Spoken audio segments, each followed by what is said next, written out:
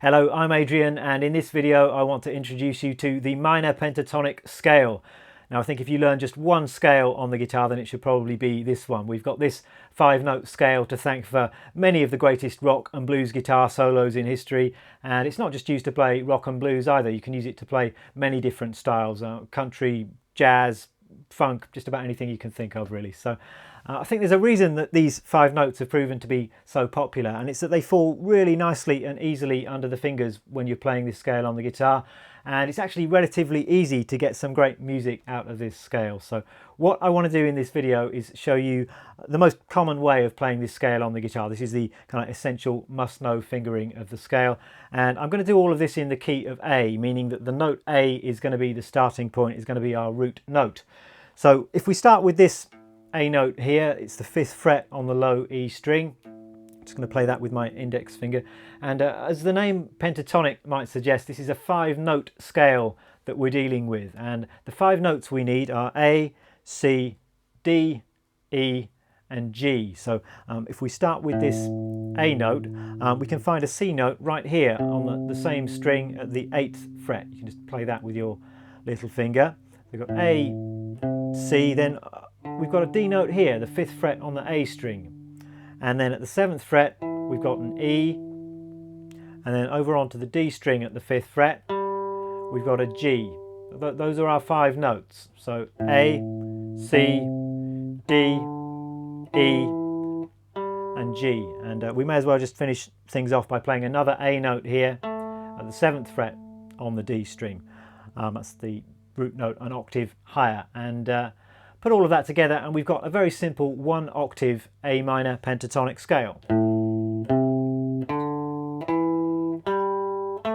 That's A, C, D, E, G, and back to A again. And what we can do is we can just continue going up onto the higher strings, playing those same notes an octave higher. So if we start with our A note here at the 7th fret on the D, we can continue going higher. So we can play the 5th fret and the 7th fret on the G string, that's C and D. On the B string we can play the 5th fret and the 8th fret, that's another E and G.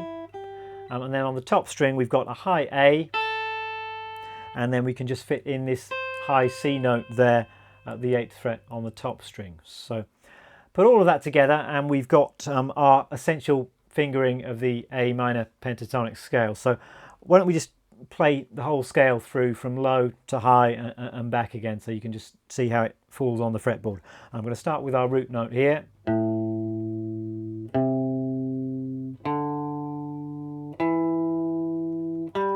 So just smoothly and clearly playing up through the scale.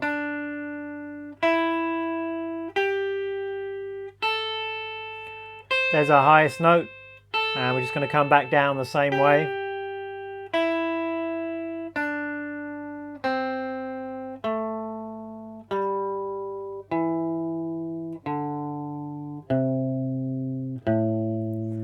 So that's our scale. Notice that the fingering is all staying in position here. So all of the notes at the 5th fret are played with the index finger. The notes at the 8th fret I'm playing with my little finger, and the notes at the 7th fret I'm playing with my 3rd finger. I think that's the best way to finger this scale, at least to start with. I think when you're actually making music with the scale, you'll later find that you might want to change this fingering a little bit.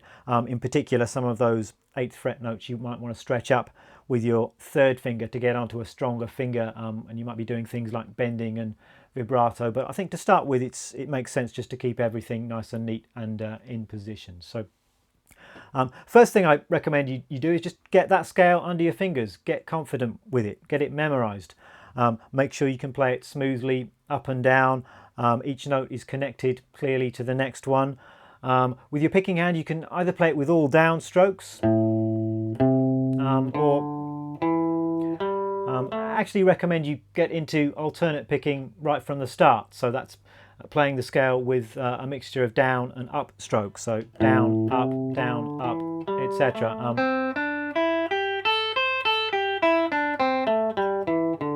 I think that's a good habit to get into right from the beginning. Actually, that's the way you're going to be able to build up speed and to do all that, the flashy kind of rock soloing stuff if you want to get into that. So that's the first step. Get the basic scale under your fingers.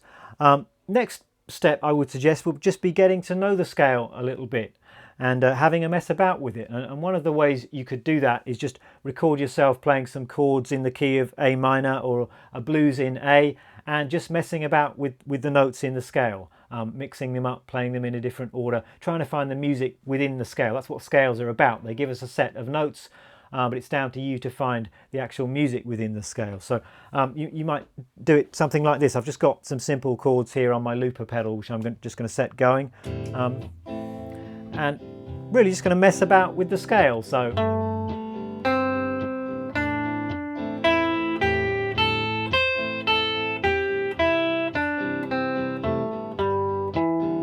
I might just go up and down to start with. Mix up the order of the notes a bit.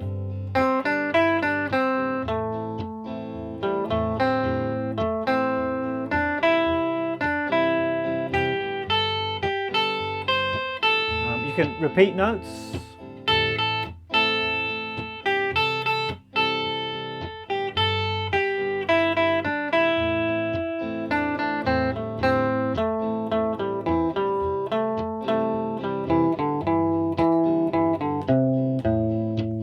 Something like that. So not the greatest guitar solo in the world, I'm sure you'll agree, but it's a start. You know, we're getting the scale under our fingers, we're starting to find some music within the scale. So that's all I want you to do for now. Learn the scale, maybe have a little bit of a mess around with it. Next step I would suggest would be to learn a few licks, get a bit of vocabulary, but I'm going to save that for another video, I think. And that's it for today. I hope you've enjoyed this lesson, and I hope to see you again for some more in the future.